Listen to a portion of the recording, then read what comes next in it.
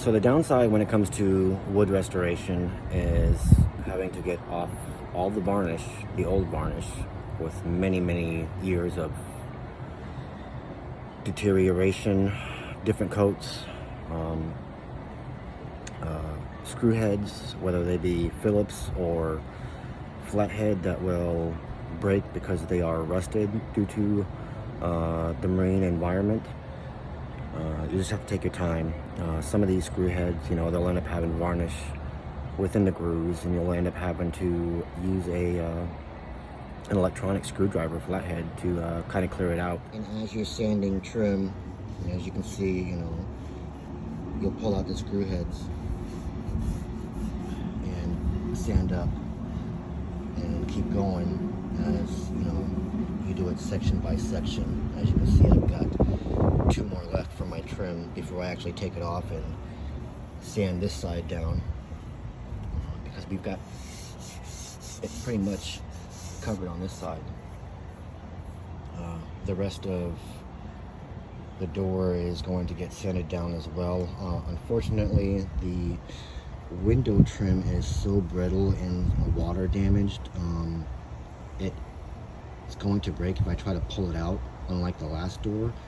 So I will see what I can do with that. If not, I'm going to have to use my my wood chisel and take the layers of wood down that way and hand sand.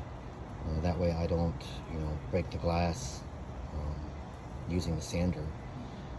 But there's maybe 3 or 4 different layers of paint, and we've got to start out with at least a 60 grit to get all that off, because you don't want to gunk up your sandpaper when it comes to a higher grit.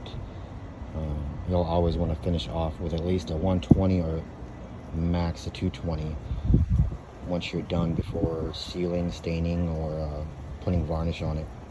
Now that we've got our trim piece sanded down on the face, because there is paint in between the joints here, we'll want to take our wood chisel and lightly apply pressure underneath to pop it off. And if you find hard areas, you can also scribe it, or you can actually use your chisel to remove excess paint where it's harder to get into.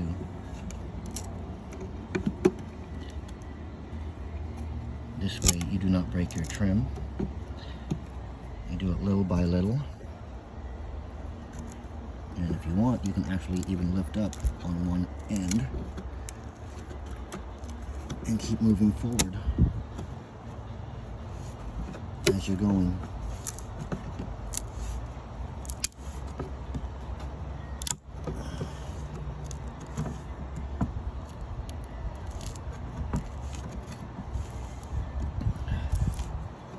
You want to be really careful.